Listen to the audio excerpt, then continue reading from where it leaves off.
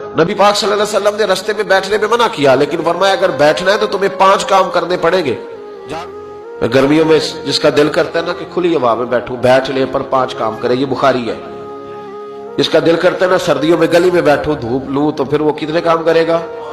بولیے یا رسول اللہ صلی اللہ تعالی علیہ وسلم کیا کیا کرے تو رستے میں بیٹھنے کی اجازت ہے؟ تو نبی پاک صلی اللہ علیہ وسلم نے فرمایا رستے کا حق ادا کرو، 5 کام کرو۔ یا رسول اللہ کون کون سے؟ فرمایا اگر رستے میں بیٹھنا ہے تو نظریں نیچی کر کے بیٹھو، اس کو بھی اس کو بھی، آنے والے کو بھی اور جانے والوں کو بھی دیکھنے کی تمہیں اجازت۔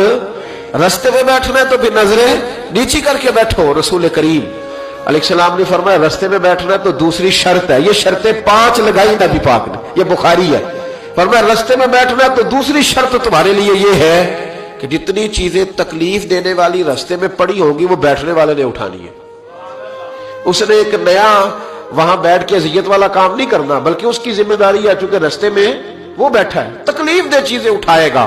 اور تیسری شرط نبی کریم علیہ السلام نے فرمایا تم پر ضروری ہے کہ تم نے سلام لینے والے کا جواب جلدی دینا ہے۔ رستے میں بیٹھنا ہے تو سلام لینے والے کا جواب جلدی دینا ہے۔ اور چوتھی شرط یہ ہے کہ تم نے رستے میں بیٹھے بیٹھے نیکی کا حکم دینا ہے اور برائی سے منع کرنا ہے۔